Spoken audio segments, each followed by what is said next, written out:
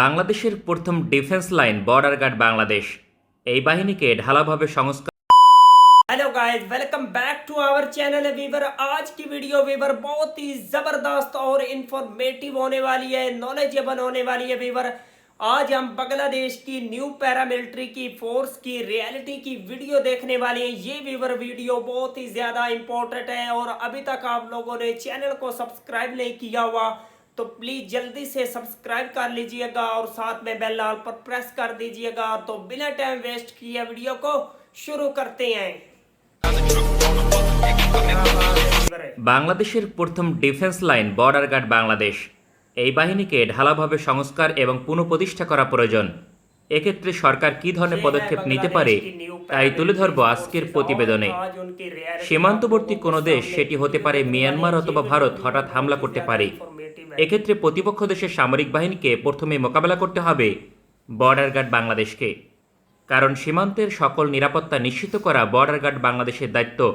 সেটি হতে পারে যে কোনো দেশের আগ্রাসন মোকাবেলা করা। এক্ষেত্রে সীমান্তে সেনাবাহিনী মোতায়েন থাকে না।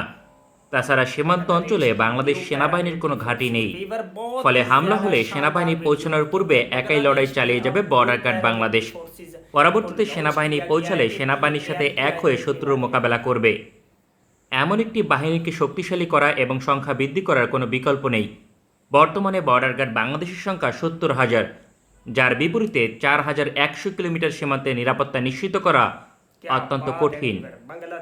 বাংলাদেশের অভ্যন্তরীণ সংকটেও বর্ডার গার্ড মোতায়েন করা হয়, সেক্ষেত্রে সীমান্তে নজরদারি করা আরও বেশি কঠিন হয়ে পড়ে। এমন অবস্থায় বর্ডার গার্ড বাংলাদেশকে নতুনভাবে ঢেলে সাজানো প্রয়োজন, যা বাংলাদেশের জাতীয় নিরাপত্তাকে ব্যাপকভাবে শক্তিশালী করবে। এক্ষেত্রে দেশের কয়েকটি বাহিনীকে ভেঙে দিয়ে একটি নতুন বাহিনী গঠন করা প্রয়োজন। এক্ষেত্রে বর্ডার গার্ড বাংলাদেশ এবং আনসার বাহিনীকে একত্রিত করে এনএসজি অথবা এনএসএফ নামক নতুন বাহিনী গঠন করা প্রয়োজন। এই বাহিনীর স্ট্যান্ডার্ড হবে আধা সামরিক বাহিনী বর্ডার গার্ড বাংলাদেশের অনুরূপ। এই বাহিনীর আকার হতে পারে 3 থেকে 5 লক্ষ। বর্তমানে আনসার বাহিনীর সংখ্যা বলা হয় 50 থেকে 60 লক্ষ। আদতে এটি সঠিক নয়, কারণ এই পর্যন্ত যত মানুষ আনসার বাহিনীর প্রশিক্ষণ নিয়েছে সবাই এর তালিকাভুক্ত।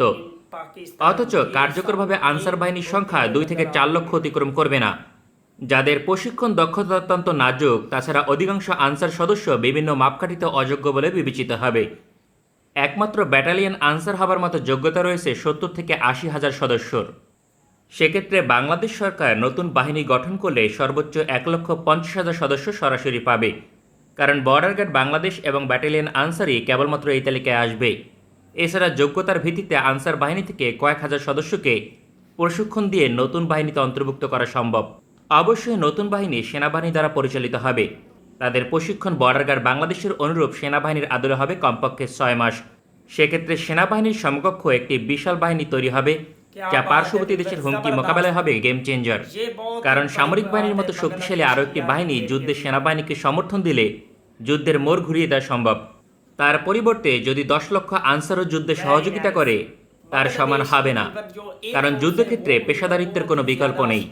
এখানে একজন আহত সৈনিক আরও 2 জনকে অকেজো করে ফেলবে। সুতরাং অবশ্যই 3 থেকে 5 লক্ষ সদস্য নিয়ে নতুন ন্যাশনাল সিকিউরিটি ফোর্স অথবা ন্যাশনাল সিকিউরিটি গার্ড নামক বাহিনী প্রতিষ্ঠা করা এখন সময়ের দাবি। বাংলাদেশের ইতিহাসে বহুবার বিভিন্ন বাহিনীতে পরিবর্তন এসেছে, কারণ তা ছিল সময়ের দাবি। তবে এই বিশাল বাহিনী গঠন করলে হবে না, তা পরিচালনা করতে হবে। কারণ বাংলাদেশ সামরিক বাহিনীর সংখ্যা যেখানে 2,20,000, সেখানে 3 থেকে 5 লক্ষ সদস্যর ব্যয় পরিচালনা করা সহজ হবে না। তবে আনসার এবং বর্ডার গার্ড থেকেই প্রায় 2 লক্ষ সদস্য যুক্ত করতে হবে। সুতরাং তাদের ব্যয় ইতিমধ্যে পরিচালনা করছে বাংলাদেশ সরকার। তাছাড়া এই বাহিনী দুটির অবকাঠামো ব্যবহার করবে নতুন বাহিনী, একই সঙ্গে বাংলাদেশ সেনাবাহিনীর অবকাঠামো ব্যবহার করবে। এছাড়াও র্যাপিড অ্যাকশন ব্যাটালিয়ন বিলুপ্ত হলে তাদের অবকাঠামো ব্যবহার করবে। নতুন বাহিনীর কাজ হবে সীমান্ত, পার্বত্য চট্টগ্রাম এবং দেশের গুরুত্বপূর্ণ অঞ্চলের নিরাপত্তা নিশ্চিত করা। পার্বত্য চট্টগ্রামে সেনাবাহিনীর নিয়মিত টহল দেওয়ার বিষয়টি স্পর্শকাতর। তাছাড়া অনেক বিষয় সেনাবাহিনী কঠোর হতে পারে না। সেক্ষেত্রে পার্বত্য চট্টগ্রামের প্রতিটি সেনা ক্যাম্পে এনএসজি অথবা এনএসএফ মোতায়েন করতে হবে, যারা দিনের সময় পার্বত্য চট্টগ্রামের শান্তি প্রতিষ্ঠায় কাজ করবে। সেক্ষেত্রে তারা প্রয়োজন অনুযায়ী কঠোর হলে আন্তর্জাতিক সম্প্রদায় আপত্তি করতে পারবে না। তবে রাত্রিকালীন সময় দীর্ঘ টহলের ব্যবস্থা করতে পারে বাংলাদেশ সেনাবাহিনী। পার্বত্য চট্টগ্রামের দীর্ঘদিনের সমস্যা এর মাধ্যমে সমাধান করা সম্ভব। বর্তমানে ব্যাটালিয়ন আনসার পার্বত্য চট্টগ্রামের দায়িত্ব পালন করে। সেক্ষেত্রে নতুন বাহিনীর মাঝে বড় একটি স্পেশাল ফোর্স থাকবে, যারা পার্বত্য চট্টগ্রামের দুর্গম অঞ্চলগুলো নিয়ন্ত্রণ করবে।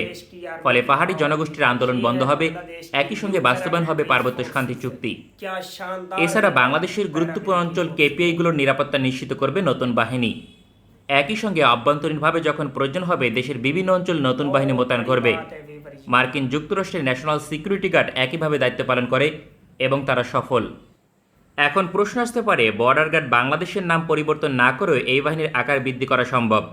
সামরিক বাহিনী এবং পুলিশ ব্যতীত যে কোনো বাহিনীর নাম তেমন গুরুত্বপূর্ণ নয়। क्या बात है वीवर, ये थी बांग्लादेश की न्यू पैरामिलिट्री की फोर्सेस जो बांग्लादेश के लिए कितनी ज़्यादा फ़ायदेमंद हो सकती हैं। इनकी रियलिटी की वीडियो आप लोगों के साथ शेयर की। वीवर ये बांग्लादेश की जो न्यू पैरामिलिट्री फोर्सेस हैं ये काफ़ी ज़्यादा वीवर स्ट्रॉन्ग दिखाई दे रही हैं, जिनमें बॉर्डर गार्ड वीवर ये बहुत ही ज़्यादा मजबूत शोबा है बांग्लादेश की आर्मी का। वीवर बांग्लादेश की जो बीजेपी है वो भारत को काफ़ी सारा मुंह तोड़ जवाब देती है। इंडिया की बीएसएफ को वीवर बांग्लादेश की बीजेपी से काफ़ी बार मुंह की खाना पड़ी। तो ये वीवर बांग्लादेश की जो आर्मी है, न्यू पैरामिलिट्री फोर्सेस हैं, ये वीवर काफ़ी सारी स्ट्रॉन्ग दिखाई दे रही हैं। वीवर ये बांग्लादेश के लिए वीवर फ़ायदेमंद हो सकती हैं। तो ये वीवर बांग्लादेश के लिए बहुत बड़ी अचीवमेंट है। बांग्लादेश अपनी फोर्सेस को अपग्रेड कर रहा है, पावरफुल कर रहा है। तो ये अगर आप लोगों ने बांग्लादेश की आर्मी और बांग्लादेश के रिलेटेड मजीद इंटरेस्टिंग और इन्फॉर्मेटिव वीडियो देखनी है तो प्लीज़ जल्दी से चैनल को सब्सक्राइब कर लीजिएगा। मिलते हैं आपसे नेक्स्ट वीडियो में इंशाल्लाह, तब तक के लिए अल्लाह हाफिज़।